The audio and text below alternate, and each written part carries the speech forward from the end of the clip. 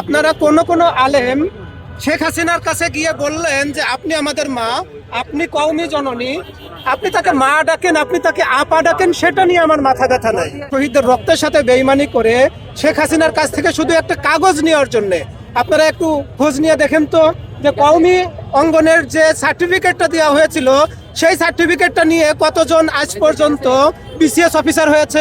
আপনাদেরকে একটা কাগজ ধরিয়ে দিল আর আপনারা সাথে সাথে ভুলে গেলেন যে এই শাপলা চত্বরে মাত্র 15 মিনিটে 1.5 লক্ষ গুলি খরচ করে যে হত্যাকাণ্ডটা ঘটানো হয়েছিল, এটা পৃথিবীর সব থেকে কম সময়ে সব থেকে বড় মাপের একটা জেনোসাইড ঘটনার ঘটনা।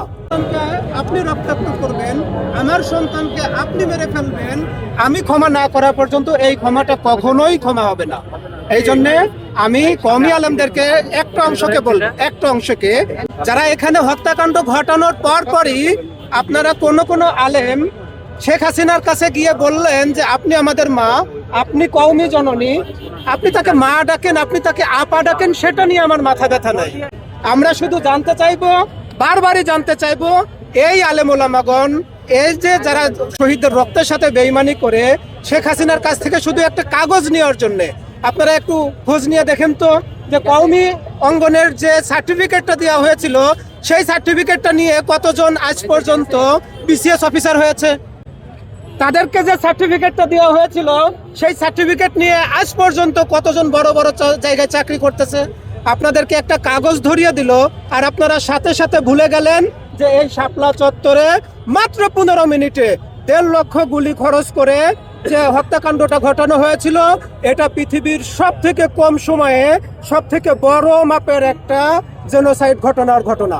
আপনারা সেটা কি করলেন? মাত্র একটা কাগজের আড়ালে আপনারা সেটাকে চাপা দিয়ে দিলেন। আপনাদেরকে বলি, এখনো সময় আছে। জুনের 15 তারিখের আগে এই সরকার কোনো না কোনো ভাবে একটা প্রতিবেদন দিতে চাচ্ছে। আপনারা কওমি অঙ্গনের যারাই ছিলেন, তখন আমরা বাবুনগরী সাহেবকে দেখেছিলাম, হেফাজতের যে আমির সাহেব ছিল তাদেরকে আমরা জেলে যেতে দেখেছিলাম, অত্যন্ত নির্যাতন মামুনুল হক সাহেবকে মিথ্যে মামলায় জেলে যেতে দেখেছিলাম। আপনারা যারা এখনো হেফাজতকে ধারণ করেন, হেফাজতকে বহন করেন, আপনাদেরকে একটাই অনুরোধ করে রাখবো, 15 তারিখের আগে, জুনের 15 তারিখের আগে অবশ্যই আপনারা সরকারকে একটা প্রতিবেদন দাখিল করবেন এবং শাপলা চত্বরে কি হয়েছিল, ওই রাতের 15 মিনিটের ভিতর কি ঘটনা ঘটেছিল, কত মানুষের জীবন গিয়েছিল। আরে আপনাদের কি লজ্জাও করে না? যখন আওয়ামী লীগের লোকজন সংসদের মতো জায়গায় দাঁড়িয়ে শেখ হাসিনা বলেছিল এরা তো রং মেখে শুয়েছিল, আপনাদের লজ্জা করে না যখন বলেছিল যে এরা তো দেশদ্রোহী, এরা তো জঙ্গি? আমরা প্রথম আলো, ডেইলি স্টারের মতো যতগুলো মিডিয়া ছিল সব মিডিয়াতে এইগুলো নিয়ে কার্টুন আঁকতে আমরা দেখেছি, এইগুলো নিয়ে আমরা প্রোপাগান্ডা ছড়াইতে দেখেছি।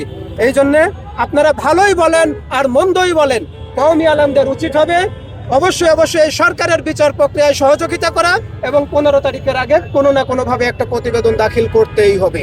তাহলে কি হবে?